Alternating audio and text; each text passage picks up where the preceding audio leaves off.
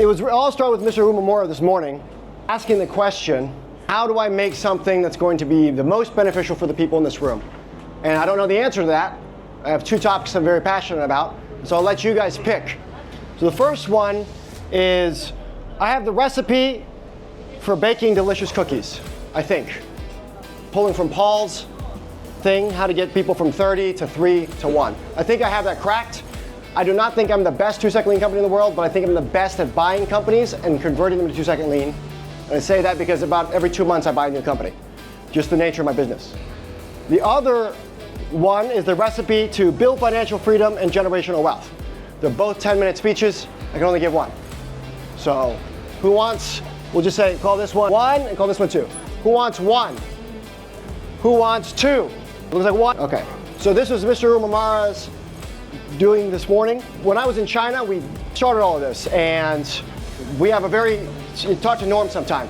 From birth, people are trained from a very young age to obey, not think, don't stick your neck out, ever. If you have an idea, it'll be stolen, and you're responsible for the idea. If it's a bad idea, it'll be you'll be punished. If it's a good idea, then the person above you will take the credit. Whole society, right? It's effectively the opposite of Japan. So traveling to all these lean companies, there is a 2%. This is the answer to Felipe's presentation from last year. Why don't only 2% make it? Not, hey, we're all doing lean at a high level. I'm saying it's actually ingrained and taken off. And so I think we've done this. Michael said this from Yellow Tools. Lean's like baking a bunch of delicious cookies, it was said today. There's no right recipe. Yes, but that one statement, I think, is the road unintentionally. The road to hell is paved with good intention. If you stray too far outside the recipe for baking cookies, you're no longer baking cookies, you're making something else. And that's okay, so long as you are aware that it is. So this is what I found going to visit world-class facilities, and what I tweaked, and some of it's so ingrained that most of us that are at the good facilities don't even know why. It's just so natural. Okay, so this is me. I'm a Venn diagram between lean and real estate. 287 units, 0 to 287. Currently, no experience to $44 million, all in 3 years. The way I did that was with 2-second lean and some other fundamentals. Any company we buy that I'll ever own and be a part of will be a 2-second lean company. It's just, it may not start off that way. And so we've had to learn and adapt. Every few months we buy something and we integrate it. And so here's what I think. I've identified 5 things called the 5 horsemen of the apocalypse. If any one of these exists in your company or isn't to a certain level, then your company will not thrive at that really high level. And one of them I even disagree with, seating matters, and I think I'll challenge you guys with reasons. But if one of these 5 things is present, then it's a lukewarm, or you have that, if you walk away, will it implode? And that's the end of the honeymoon period. You found lean, it's exciting, why won't it stick? I've tried, why won't it stick? Why is the line going slack? So here's what they are, in my opinion. The first one, I made this incorrectly. The first one is, are you in charge? Alex Ramirez is the only person on earth that I am aware of that has actually gotten 2-second lean to stick if you didn't have control. So you can only control where you're at and below. So you don't have to be the owner, but if you're the CEO, you can go down. If you're a department head and you have true full free reign, you can kind of do this. Are you in charge? Second one, do you have a cleaning chore routine, and is the owner a part of that? Are you and your leadership integrating through? Right off the bat, most of you guys here have these 2 things. It's going to deviate from here very drastically. And we get into nuances that I believe are the difference between the struggle and the people who actually get lean to take root at a deep level. But this is a big one, right? Norm's thing, Asian culture, because I was Xiaolao and little boss. The fact that I went and cleaned the bathrooms in China, everyone basically had to. It was not possible for them to stay employed and not do it because we set the example. Same thing, right? Humble leadership, that's what that's sharing. Here's the crazy one. This is where the debate begins. Do you 3S and have morning meeting every day? Who does not have 3S and morning meeting every day? Cool, that's really awesome. Lots of people, they'll say, okay, I'll outsmart the system. I'll do 3S on Monday, Wednesday, Friday. Morning meeting will be Tuesday, Thursday. Look how smart I am, right? So that's every day, but that's only part of the story. Is 3S first? Who has 3S first? Who has 3S second? It is my belief, and Paul will say it and rectify it, 3S, in my opinion, should be first, and here's why. Who's read the book Talent Code? All right, there's a dopamine serotonin hit. When you first show up at work, The first thing you do is 3S, you make the improvement. Dopamine is released when you make the decision to do something. Serotonin is released when you accomplish it. So dopamine, I'm gonna go hunt that deer and stalk it for 3 days let's think back a long time. That's what, dopamine is what got you to be determined to hunt that deer down. When the deer was taken down, serotonin was released, it calmed you down, and then it leaves you wanting more dopamine. It's a small loop. Shopping addiction is much like the same thing. It's just backwards. It's a small doom loop. For dopamine and serotonin, that's the first thing they encounter during the day. It sets them up right, your team right up in the meeting right before the first thing is there. Okay, now the next one is Maslow's hierarchy of needs.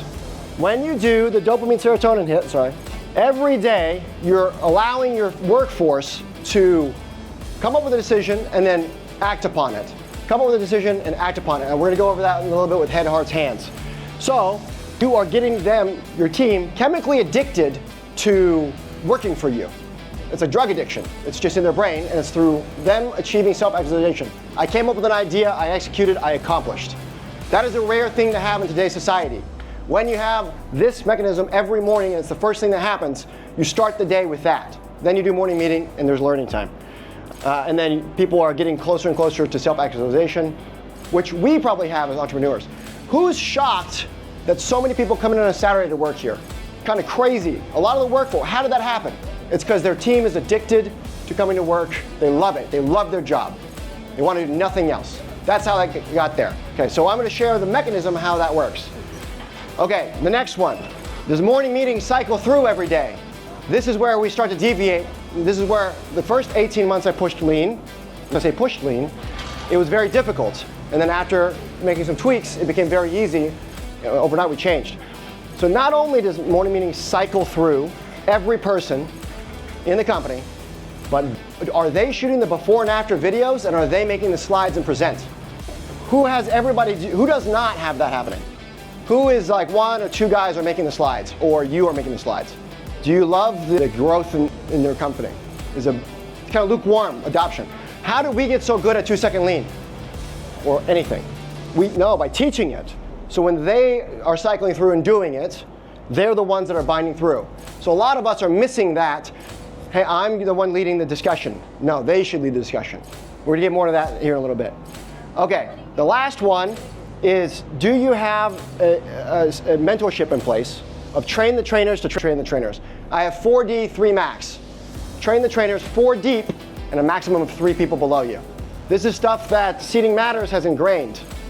Very, very deeply ingrained.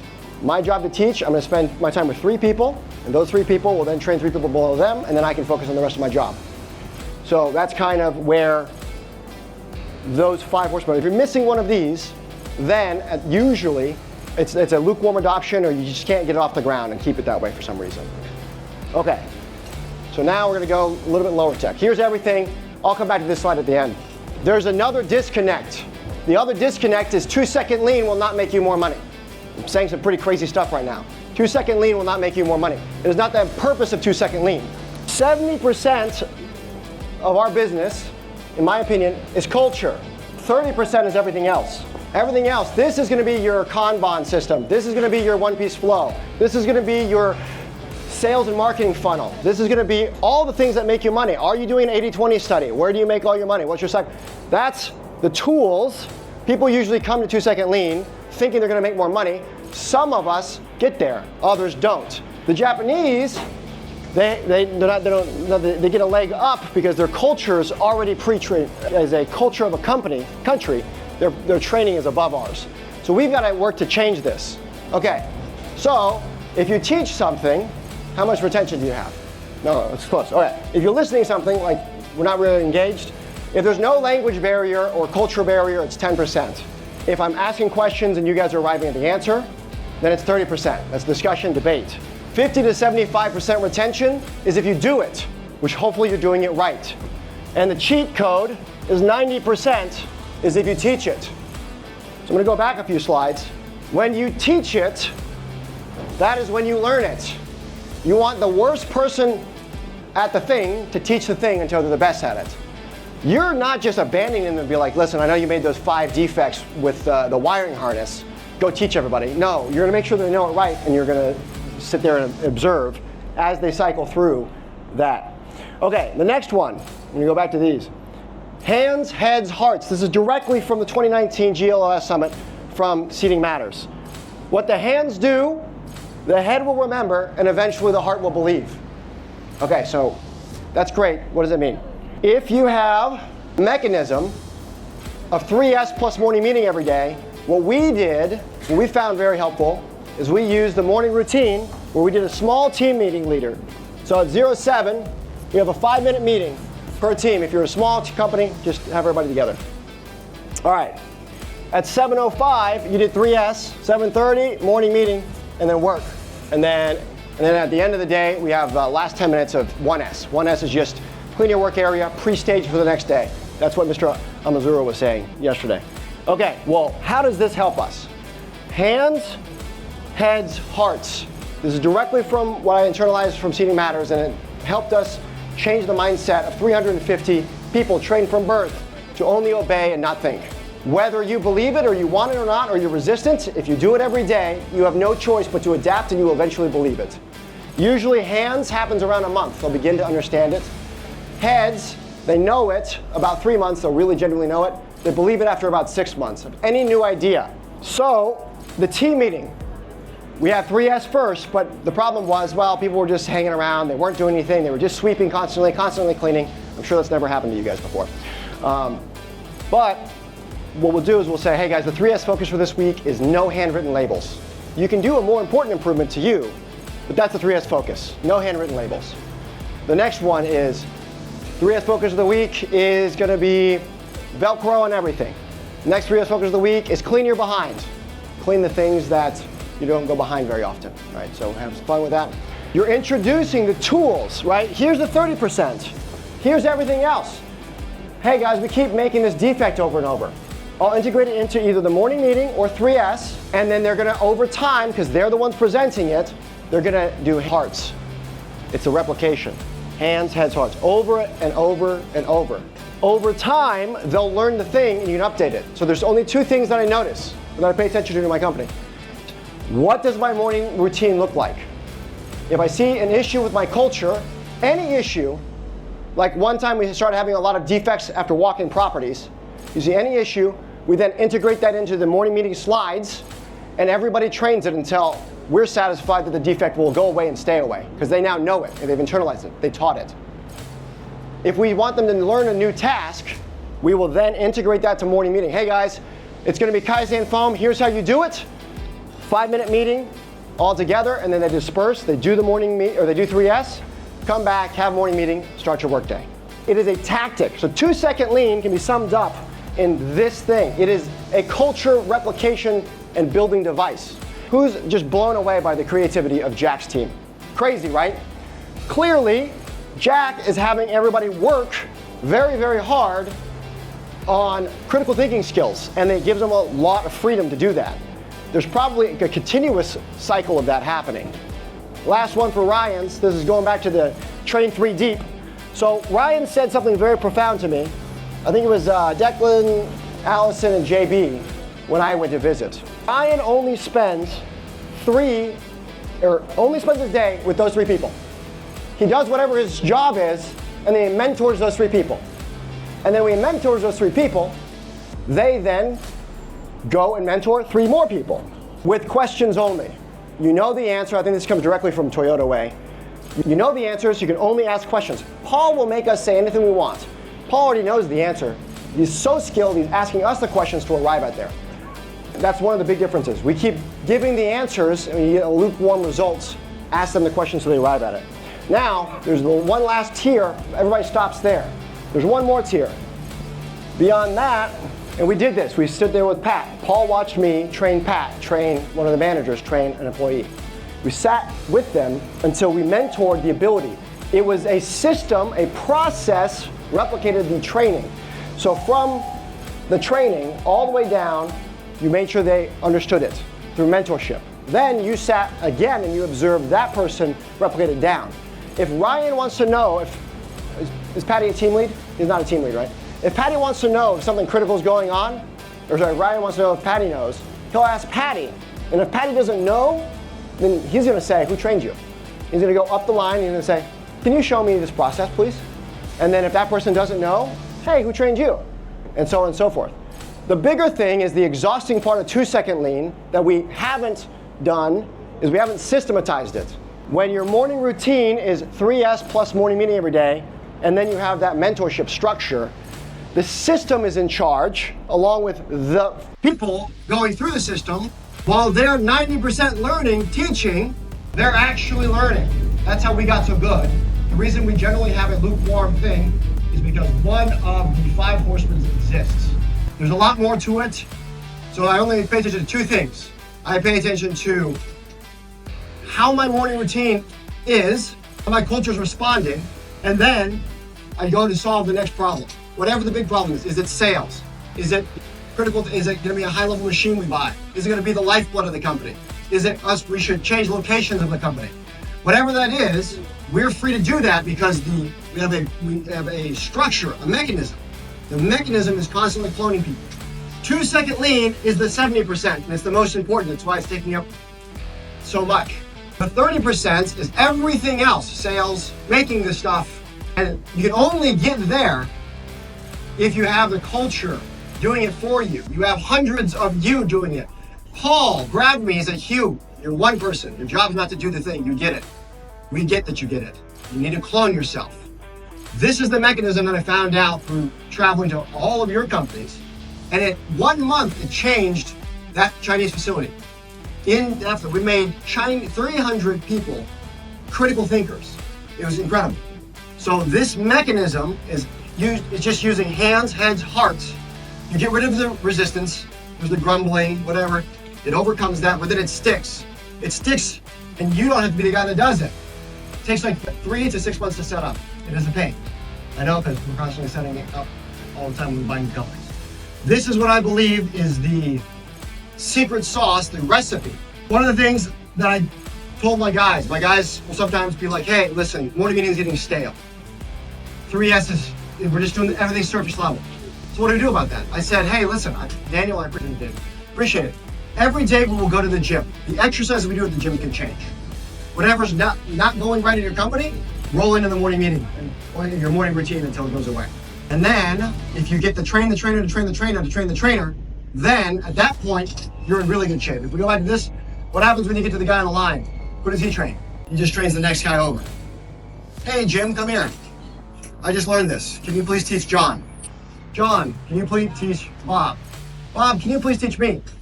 And you'll see if they know and you follow the chain back. It's not about the training, it's do you have a system to train? That's how we do it without getting worn out. Jack's facility has incredible critical thinkers that are super creative because that is a system that organically exists. Because all of us were like, well, did Jack solve this for you? And most of the time the answer was no, Jack will show up and kind of walk me through it, but I ended up doing it. So when you see a company who's excelling, they usually have some degree of these 5 things. Even Seating Matters, I think if 3S were first, that they get a better output in what their improvements are. I know people are like, well, but then right after 3S, we'll just go right to work. 3S is there to intentionally sandbag work from happening during the morning meetings so they actually do it. If you flip-flop it, the best people, I find myself working where I'll go, it's supposed to be 3S time, and it's flip-flopped, and you just get right to work. It's very intentional right there.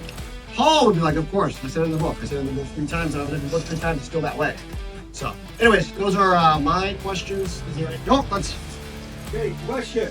I want to make sure I heard one thing that you said at the end right.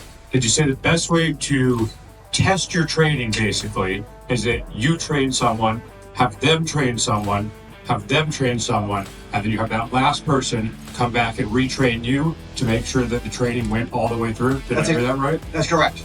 Well, one caveat is you're not just training them and letting them go. You're still, it's 3 deep always. So you are observing the person you just trained to train the next person. So you can catch it immediately, right? Because if they're teaching it wrong, they're going to internalize it wrong. It's 90%. So then that all shifts down. So it doesn't matter if you're a flat organization at 5 to 10 people, or you're a big organization at 300 or 1,000. This mechanism will work all the way. And then no more than 3, that's a big one. There's some fancy study out there. You'll split your attention, no more than 3 to 5. This is a big challenge. I just didn't get the heads, hearts point, and I'm just wondering if you can clarify it. So I think it actually came from the Montessori school. What your hands do, you will remember. After you remember it, eventually you'll internalize it. So the mechanism we're using is this is the way humans learn, right? Best on, do it. If you do it, you'll know it, right? So getting your guys to do it. We'll just integrate that into what their 3S focus is, and then your guys will do it.